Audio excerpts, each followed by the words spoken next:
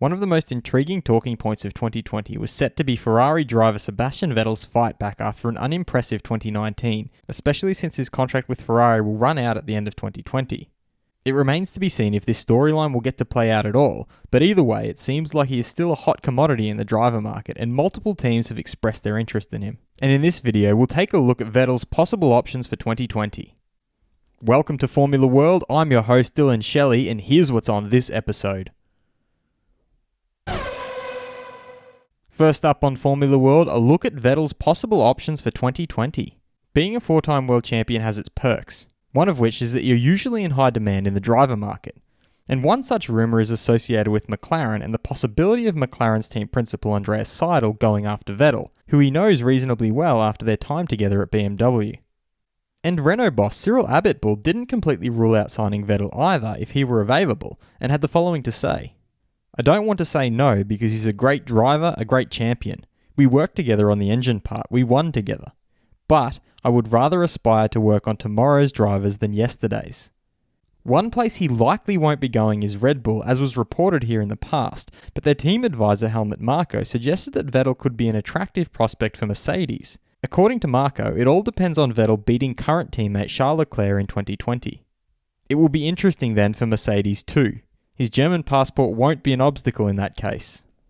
All of this is of course early speculation and nothing is set in stone yet. And the obvious option is of course his current team Ferrari. But all of this does add another facet to 2020 before the all-important overhaul of regulations in 2021.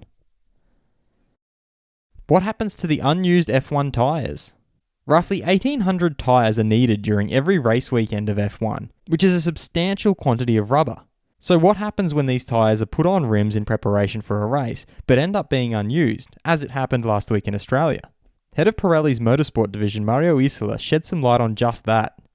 We crush the tyres in order to fit them in fewer containers and send them back to the UK where we recycle them in a cement factory. We burn them at high temperature and we create energy, but not pollution. He further explained why the tyres can't be used again at the next race. At the moment, the limitation is that when we strip a tyre from the rim, we give a stress to the bead, and then obviously we are not confident to fit the tyre again because of the level of forces acting on these tyres is huge, so we don't want to take any risk. However, tyres can be reused during the European leg of the calendar as the tyres are transported by road. For the European events, we can carry them over because if we don't use them, we keep them fitted and we load our trucks with the tyres and rims.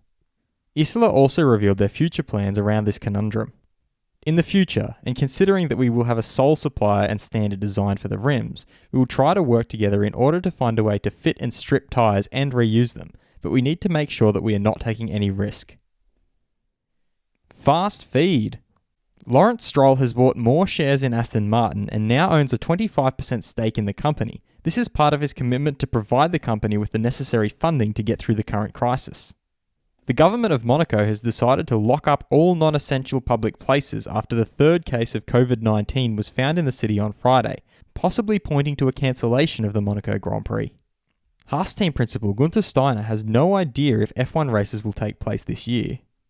Former F1 driver Karun Chandhok praised Mercedes' Lewis Hamilton for being sensational since entering Formula 1.